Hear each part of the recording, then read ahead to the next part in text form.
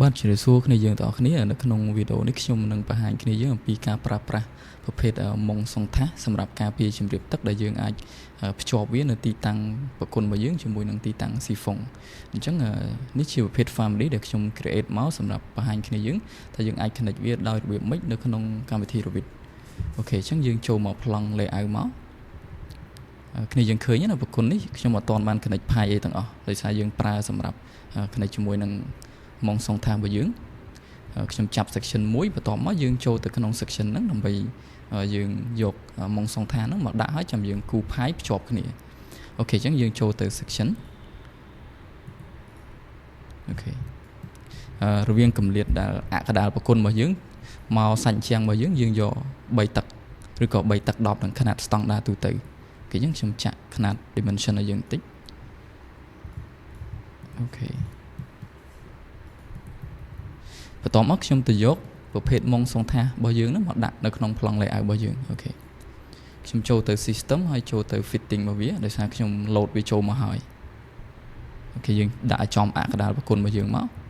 បើអត់ចំទេយើងចាំ align តាមក្រោយទៀតអូខេអញ្ចឹងខ្ញុំរុញវាតម្លាក់មកក្រោមបន្តិចអូខេបន្ទាប់មកយើង align វាឲ្យចំអក្សរដាលផាយដែលចេញពីប្រគុណរបស់យើងឲ្យចំអក្សរដាលរបស់មុងសង្ថាសរបស់យើងអូខេបន្ទាប់មកទៀតយើង connect វាទៅយើង select ទៅលើប្រគុណរបស់យើងមួយយើងឃើញមុខកាត់របស់យើងមុខកាត់110ដោយសារយើងប្រើជាប្រភេទ UPVC ណា brand lasso អញ្ចឹងយើង connect ផាយភ្ជាប់មកជាមួយគ្នាមកអូខេភ្ជាប់បន្ទាប់មកយើង select ទៅលើមុងសង្ថាសរបស់យើងដោយសារខ្ញុំបានកំណត់មុខកាត់របស់វាឲ្យ110ដូចគ្នាអញ្ចឹងយើងចេញ110ចូល110អញ្ចឹងខ្ញុំទាញវាតម្លាក់ចុះក្រោមបន្តិចហើយយើងប្រើប្រាស់ដមីកខ្លី2គ្រាប់ដើម្បី connect ចូលទៅយោមេរបស់វាព្រោះយើងមិនអាចប្រើកែងបានទេដោយសារវាអាចមានបញ្ហាស្ទះទឹកទៅថ្ងៃក្រោយណាអញ្ចឹងខ្ញុំទាញវាតម្លាក់មកក្រោមបន្តិចហើយយើងយកមុំ45ដើម្បីប្រើដមី45កខ្លីអូខេអញ្ចឹងខ្ញុំទាញ space ឲ្យឆ្ងាយតិចមកដើម្បីយើងអាច connect ដមី2គ្រាប់គៀកគ្នាបានអូខេប៉ុណ្ណេះបន្ទាប់មកខ្ញុំ select ទៅលើយោហ្នឹងដើម្បីយើងតម្លាក់level របស់វានឹងឲ្យស្មើជាមួយនឹងទយោមេដើម្បីយើង connect ប្រើដមីមួយគ្រាប់ហើយនឹង y មួយគ្រាប់អញ្ចឹងខ្ញុំដាក់ដក5ទឹក6ហ៊ុនអូខេហើយយើងរុញដមីនេះហើយខិតឆ្ងាយជាងគ្នាបន្តិចមកឲ្យសល់ space មួយដូចយើងតវានៅក្នុងការងារក្រៅឋាន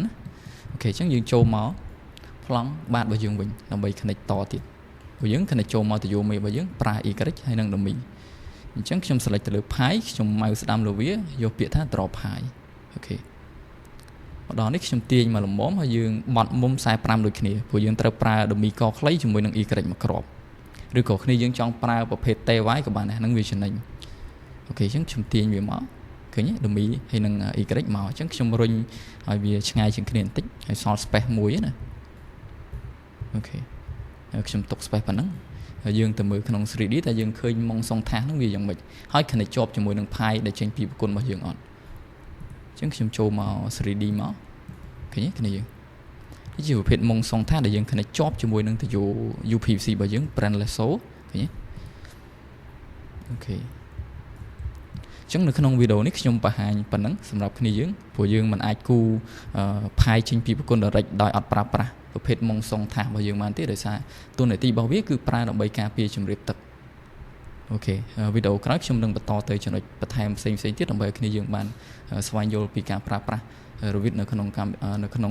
ផ្នែក MVP របស់យើងណាអរគុណច្រើនគ្នាយើង